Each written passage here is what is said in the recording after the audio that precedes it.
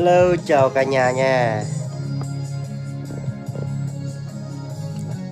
Đã lâu rồi chưa chưa trò chuyện với cả nhà nhé.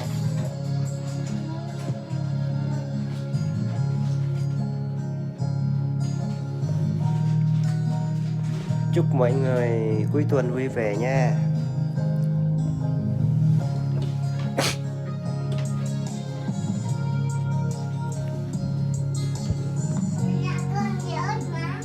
Ừ. Dòng bây giờ em phải mới em.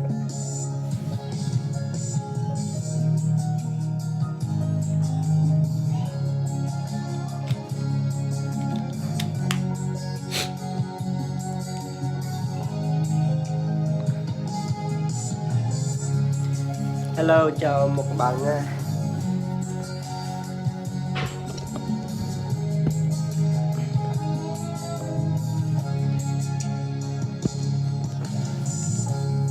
Đang nghe nha.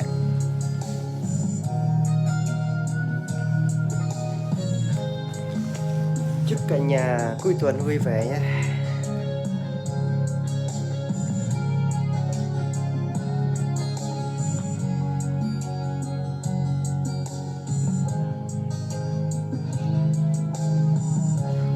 Mọi người có trò chuyện cùng nhau.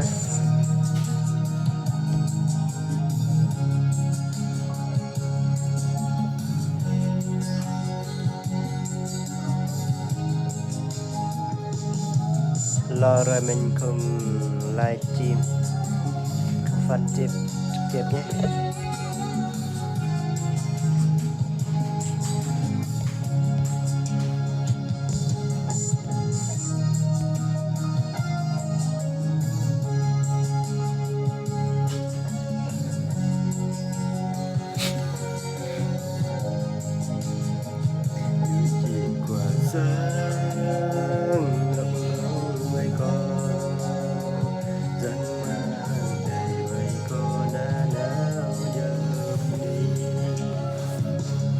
Có đau nhung một ta bướp lú ta lết đạp bu ta ni mát bu ta đổ mang lung la kau tim rim rơi nang nhu na na giang mang thầy vay có na nào dập ni ran cho này đau qua sáng bắt rong na nào bởi những chuyện trước lông bu ta mang ya xích lá nhu chuyện qua giang rắc rong vây câu.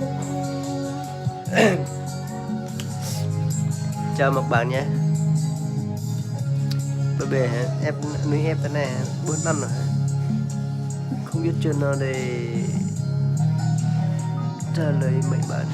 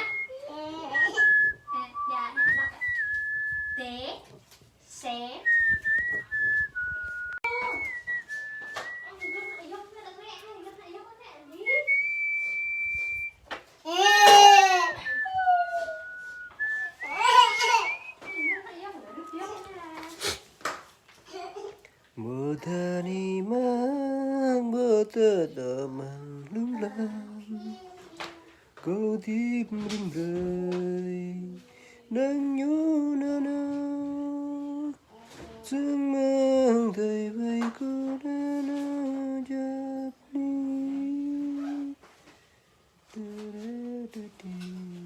nè nè nè nè nè nè nè nè nè nè nè nè nè nè nhạc à thôi nhạc à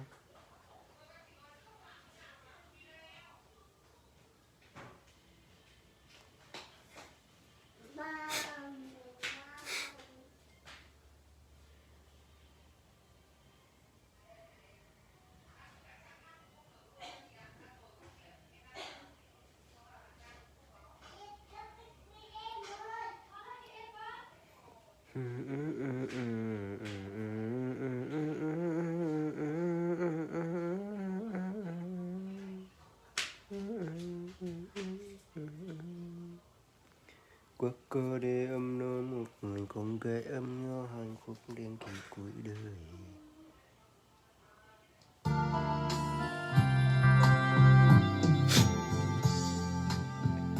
chớ tỏ ra muôn loại trái tim chân thành ký ân ngày không có giờ nhạt phai dù tháng năm đi thấy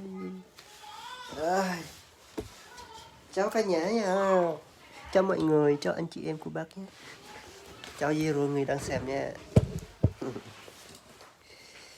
Bấm chuông nào để cho chuyến này ta chết chị này đây video cần không